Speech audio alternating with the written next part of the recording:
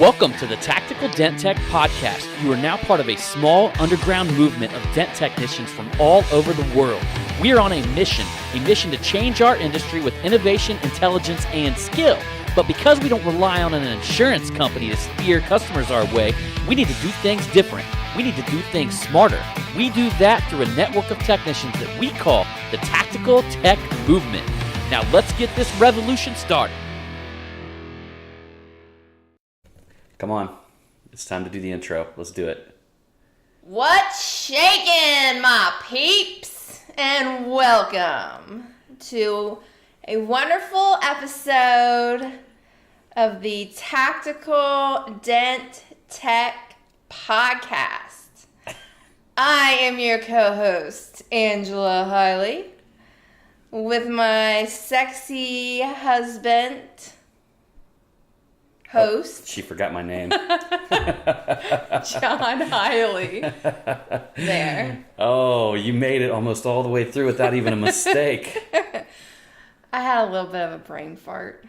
Yeah, she was looking right at me, and I could tell she forgot who I was and what my sexy husband. What is his name again? Yeah, well, I had like a pile of my hair in my hand, getting ready to start yanking on it. You know that what that is with women, don't you? When they play with their hair in front of their men. What? That actually resonates back to the caveman days, where a caveman would drag a woman to, from her hair. Yeah. So women knew that was the mating call. That's like, like, I don't know, like dogs, I'm sure they got something, right? And buffaloes and, whatever. I'm sure every animal has like a mating signal. Yes, and I just want you just to drag me around by my hair. But see, that's like throughout the primal. The house. That's like the primal thing that's like ingrained into your DNA. That when women play with their hair around you and start to tug on it, they're telling you, "Hey, big boy, Yeah. come on over here." Go ahead. Hey, all you men out there can thank me for that little tip. Grab your woman by the hair tonight and just be yanking her around the house. Hey, if she likes that shit, I don't see why not. So, whatever works. We are totally kind of tired. Yes. And a little drained this evening. Yeah, we've been like literally getting everything together for our trip to San Diego this week. Where by the time you hear this podcast, it's likely that we will be at the Mega Media event. Mm-hmm. It's hosted by a company that I co-own, denttrainer.com. And we will be presenting there all of the media stuff, and we're going to be doing just so much stuff there. We got a professional photographer that's flown in. My business partner, Mike Toledo, is going to be taking massive amounts of video of the attendees there. Everybody's going to get media packages, including, professional photos on high-end exotic vehicles. And also they're going to be getting, a custom what is PDR video that I just want to say Mike Toledo, he's like the sickest video maker I think that I've ever seen. And I'm not even just talking like in this industry. The dude has put this thing together like a freaking kung fu movie or something like that.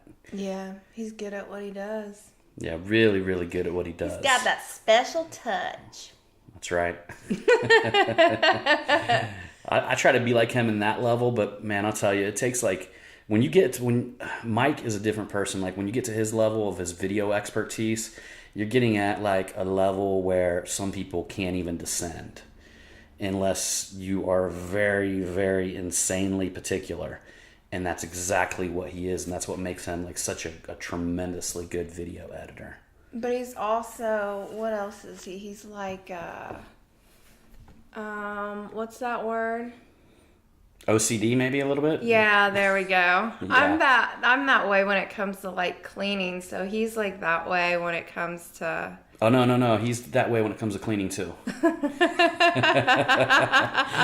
Nah, if any of you guys seen some of his videos out there, like, his shop is immaculate. He really doesn't like damaging his tools, and he's really careful with them. And mine sometimes... You can learn a few things from him. I wouldn't mind having a little bit of that in me because I just destroy everything I put my hands on. Yeah. And I've always been like that, though. I mean, how many toys have I destroyed of our son Jonathan's? Oh, like, when he that was poor a kid. He'd get a new toy, and you would break it, and the poor It little was, guy total- would I be was crying his eyes out. I was playing with it. God, he had a football figure one time. He loved that thing. One of his cousins gave him that, and he just thought that was just the best toy in the world. John got a hold of it and broke it. Next thing you know, Jonathan's in his room crying. I'm like, damn it, John, why'd you do that again for? Did I snap his head off or something? I can't No, I remember. think you broke his leg. You know, and I remember back when I was a always doing kid. that. But I remember when I was a kid, you could take, like, these toys are cheap. I mean, you could take a G.I. Joe and tie firecrackers to him and blow him up, and he just was like a little bit dirty. Yeah, I think with G.I. Joes that you could pop their leg off and then pop them back in there too.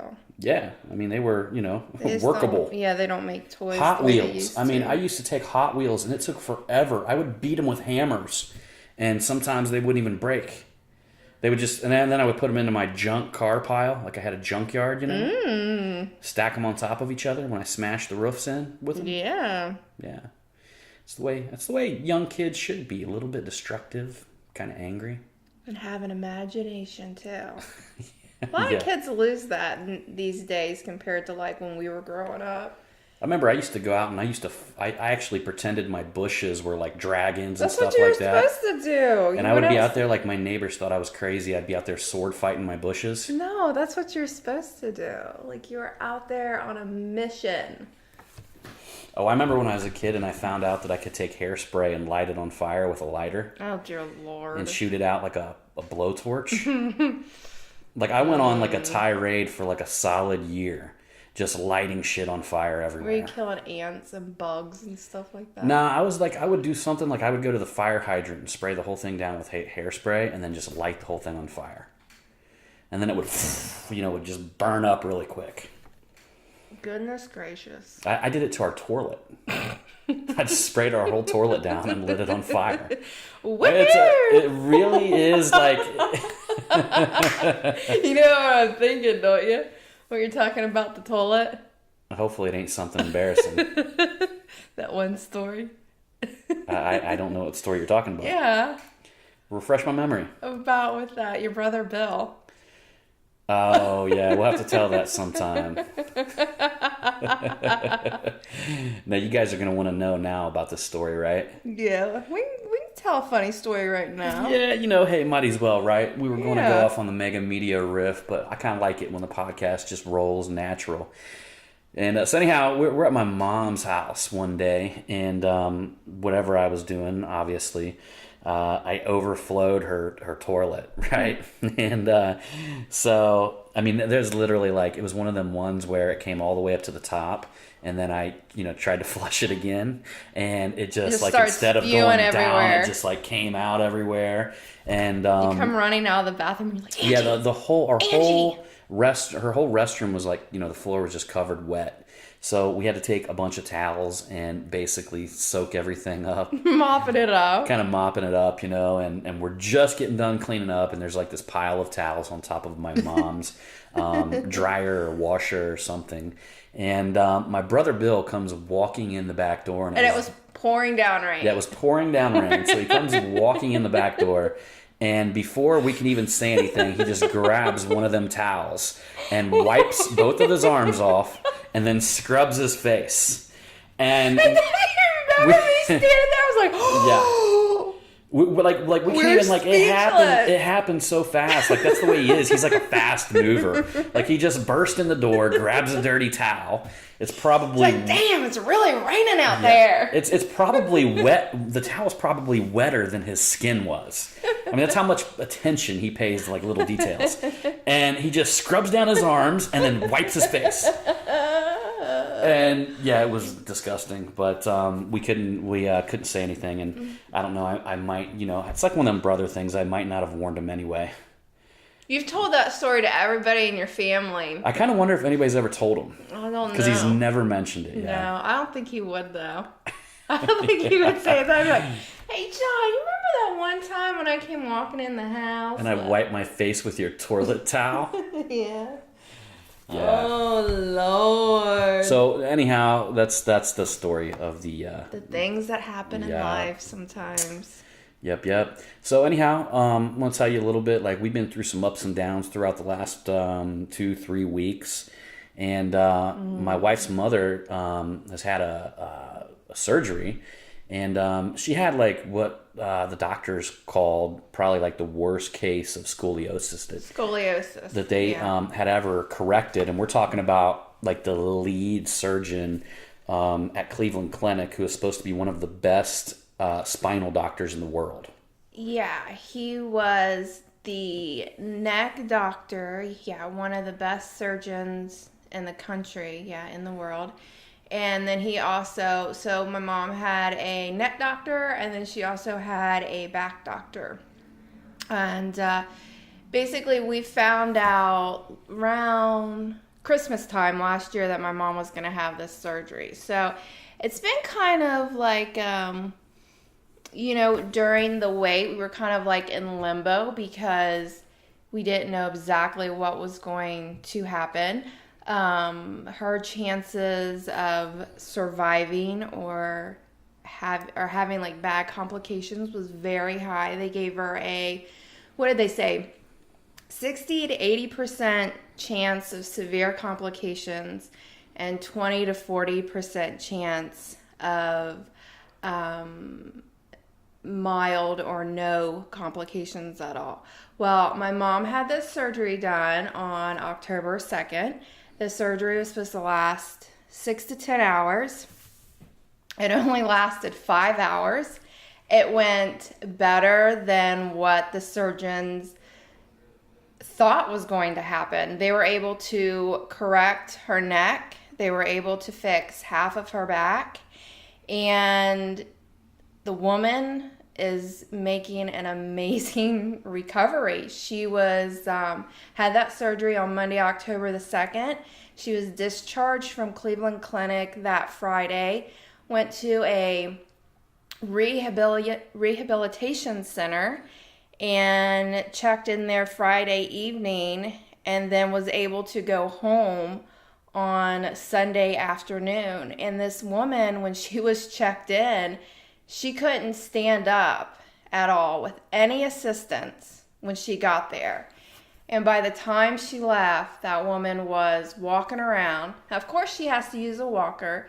There's certain limitations that she has, but she's able to walk around with a walker, able to walk up and down the steps, able to get in and out of the bathtub, to do her daily duties. And it's amazing. It's crazy because it's like the things that we take for granted so much.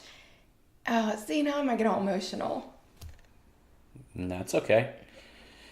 Nah, and basically, guys, here's what you got to understand. Like her mom, literally, her neck looked like it was her head was laying on her shoulders. That's like how bad it was.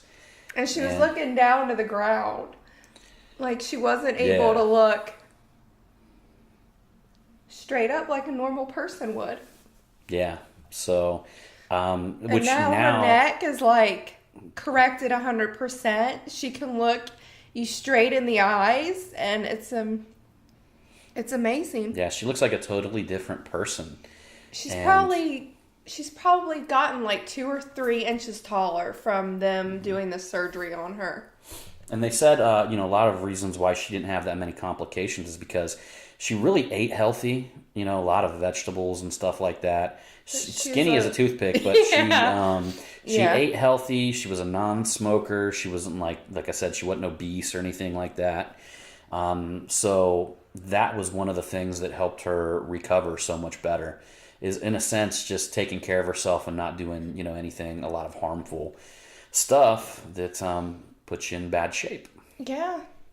So that makes us, we were talking about how grateful we were.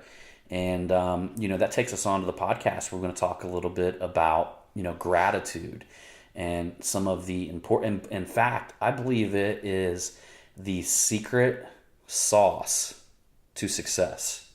Counting your blessings. Yep. Yeah. And so many times we all forget, it's almost like I was in the habit, like the daily habit, and I'm back in that now, to where I will every day in the morning during my meditation or during my my moment that I do every morning, my journal entry, I will sit and think about all the things that I'm grateful for. Because we can go through life, like you'll look back and you'll say, wow, I spent 2 or 3 weeks and I haven't even thought of one thing that I'm grateful for. And I have all these amazing, you know, blessings in our life. And we got food in the refrigerator, you know, cars to drive, all this stuff, but we get caught up in, you know, focusing on life's problems. And when you begin doing that, it shows that your unwillingness is showing that you can't be grateful for the things that you currently have. So I believe that whether you want to call it God, whether you want to call it the universe, whatever you want to call it, that you believe is the provider of everything, you got to think of it like this. If you're not grateful for what you currently have, why would you be allowed anything else? Why would you be given anything else? And think of that as a parent, okay? So I know a lot of you have kids out there. Think of that as a parent. If you had a child that you gave them a lot, and all they did was, turn their nose up to it. All they did was look the other way. All they did was say it wasn't good enough. Would you be willing to continue to give that child anything? No. I don't think any parent would. I mean, we had, maybe a ass whooping. I can still say that, right? You give them an ass whooping, right? There's nothing wrong with that. Yeah, bend them over the old knee. Every kid deserves a good ass whooping. I got a lot of ass whoopings when I was a kid. So did I. I don't know why. I was scared to death of my mom giving me an ass whooping. Jonathan only had maybe 2 or 3, and that was it. That's all I I threatened needed. him more than anything. I used to tell him I would go out and do it in front of his friends. He'd pull his pants down in So front of his all the friends. neighbors could see him with his pants down. That was a good enough threat that he stopped doing that stuff. But, I truly believe that is why gratitude is so important, and for us to get in a regular habit of being grateful for everything we have. And I know some of you guys are probably thinking out there, especially some of you, you new guys starting out and stuff like that. Hey, John, I have this job. This boss is an asshole. I mean, I'm living paycheck to paycheck. What do I really have to be grateful for? Well, I'm here to tell you there's some people that don't even have hearing ability to hear this podcast. There's some people that don't have eyes to see whatever you're looking at today. There's some people that would beg or just love to be in the position in other countries to just have a job, just to live paycheck to paycheck. So at any point, no matter where you're sitting, and you can always find something to be grateful for. I mean, if you're walking, you can be grateful that you have legs. Yeah. I mean, we're literally to the point to where that there is always something that you can find to be grateful for. And I know a lot of you other dent technicians that are out there that, we happen to be in a really good career, and a lot of you guys are doing amazing, but you just want to push further and you want to, do something bigger with yourself. I mean, I believe that's one of the reasons why you listen to my podcast and many of the other podcasts out there, is because, you want to do something bigger and better for yourself. But if you go at that with the intention of just thinking of what you could have, and you're not grateful for what you do have, again, you're putting yourself in a position where there's no reason to give you anything else. I mean, if you can't be grateful for what you currently have, there's no reason to give you anything. That's why you gotta stop and smell the roses sometimes. Well, that's because you'll never be satisfied. No, you're absolutely right. If you can't be satisfied with for what you have today, you're not going to be satisfied with what you get tomorrow. It's always going to be more, Yeah, more. Yeah. If anything, if that's your thing, if the chase is what makes you feel good, be grateful that you're in the game. Yeah. Right? Be grateful that you're in this chase for, whatever it is, whatever success or whatever wealth that you're searching for. Because with her mom's surgery, there was a lot of things that came up. throughout the whole thing, it was like, oh no, now we got to face this problem or this issue, or we're going to have to face this problem or that issue. Somehow, everything that we thought was going to be this huge problem and this huge ordeal, it ended up working out. It was like expect the worst and pray for the best. Mm-hmm. And that's what happened. I mean, it's because I mean, my mom, she could have died. Yeah. During the surgery or right after the surgery, and everything went really well, and it's amazing because now she has a second chance at life. Mm-hmm. She's going to be able to have a better life than what she had before, like physically. She's going to be able to do so much stuff with herself than what she couldn't do. And I honestly thought, like, if I really look at the whole perspective of what happened through all that, is that gratitude is really what got you by, because you knew that she had a low chance of a very high chance of complications, but you also knew that she was with the best surgeons in the world. Yeah, I mean, they're a step down from God. Cleveland Clinic, that is amazing to look at it that way, but the dude who did her back surgery is literally... I mean her neck surgery. Her neck surgery. Well, and back. They went through her back as well. Yeah, but there were two different surgeons, though. Okay. There was two different surgeons. Yeah. The neck surgeon and then the back surgeon. Yeah. And then she has some other doctors, too. Mm-hmm. So, yep. And not to mention... if you get in the habit, a lot of people talk about getting in the habit of doing like a gratitude exercise, maybe taking, 4 to 5 minutes in the morning and just thinking of all the things that you're grateful for, but then also trying to put that into your nightly ritual before you go to sleep. If you're not like me and you end up just falling asleep no matter what you try to do, because I will literally lay there and next thing you know, I mean, it's over for me. You're out like within a minute or two. I could be like talking to you and next thing you know, you're like, John, are you asleep? No, I'm awake. Oh, and by the way, guys, I'm not the only snorer, so I can actually say this about her too, huh? And I look over and she... I didn't even know that I snore. And when you did them Snapchats, I was like amazed. I'm like, wow, I really snore that loud. Yeah, she was like sawing some logs on there. I didn't care. I mean, they were funny Snapchats. I was just pretty amazed that I was actually snoring that loud. Yeah, I put her in a football helmet. I turned her into a dancing monkey.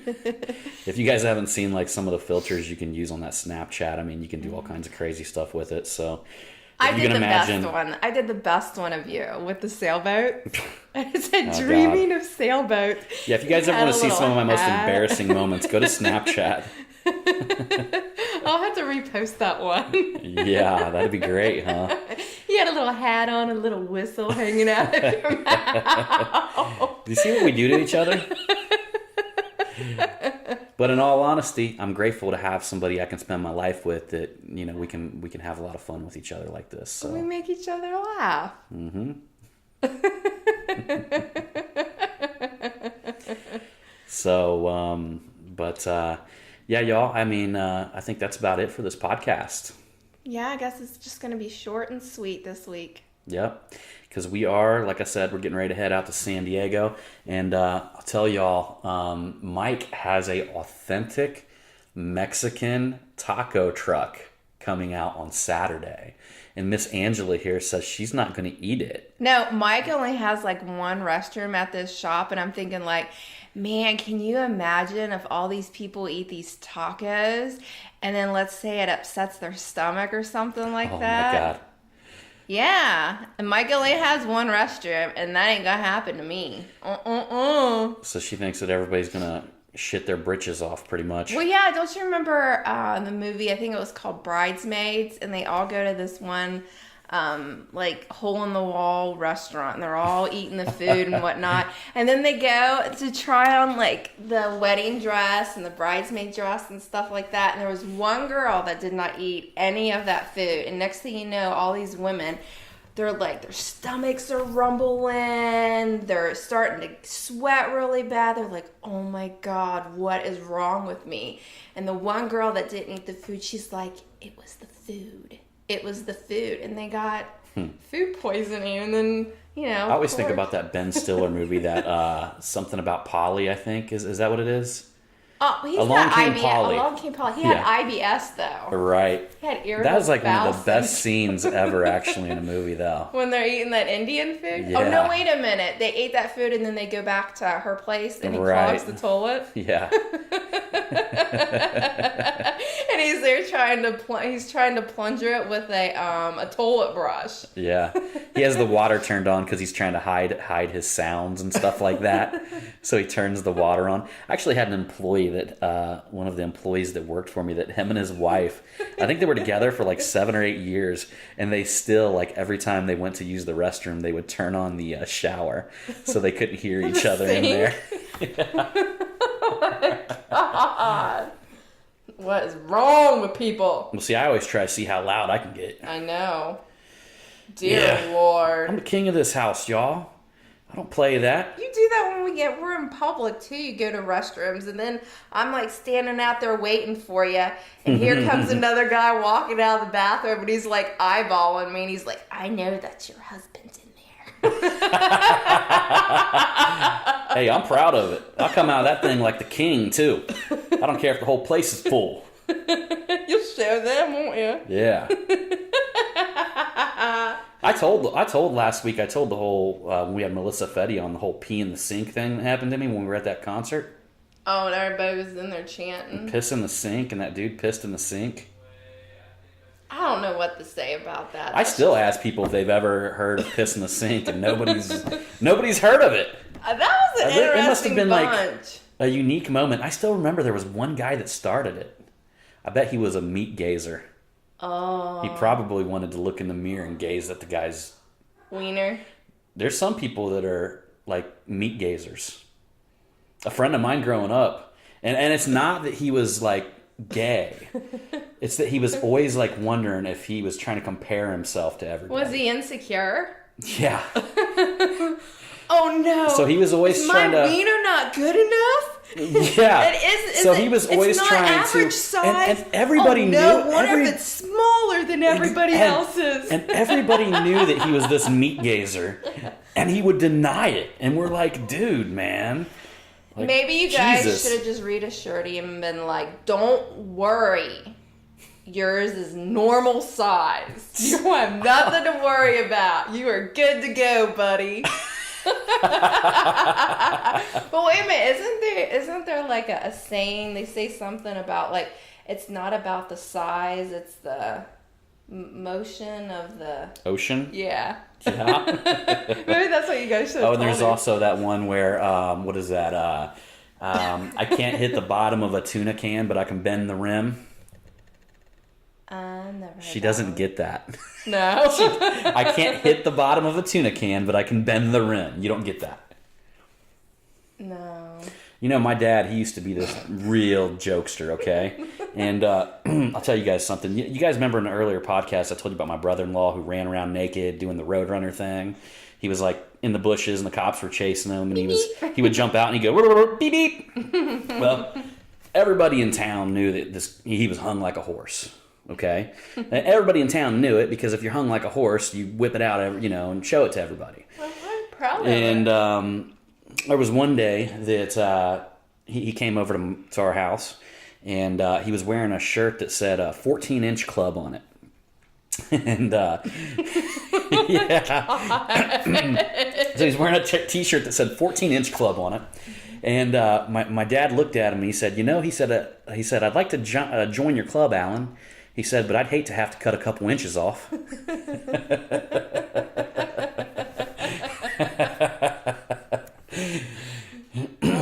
Oh God! How did our podcast went from being grateful to talking about? But these She are must have brought it up. No, these are our normal conversations that we have. Yeah, it is kind of funny. Honestly, we're just like an emotion of a roller coaster. I mean, I was just like pretty much crying, not too long ago because we were talking about my mom, and then now I'm like laughing. Isn't that that's what it normally is with me and you, though? That is how. Yeah. Yeah. We're like a roller coaster of emotions. We can go up and down. Yeah, but you are so good at when I'm sad. You're always able to make me laugh. So. I make your mom laugh through the whole thing too. I know. She thinks you are one of a kind. Yeah.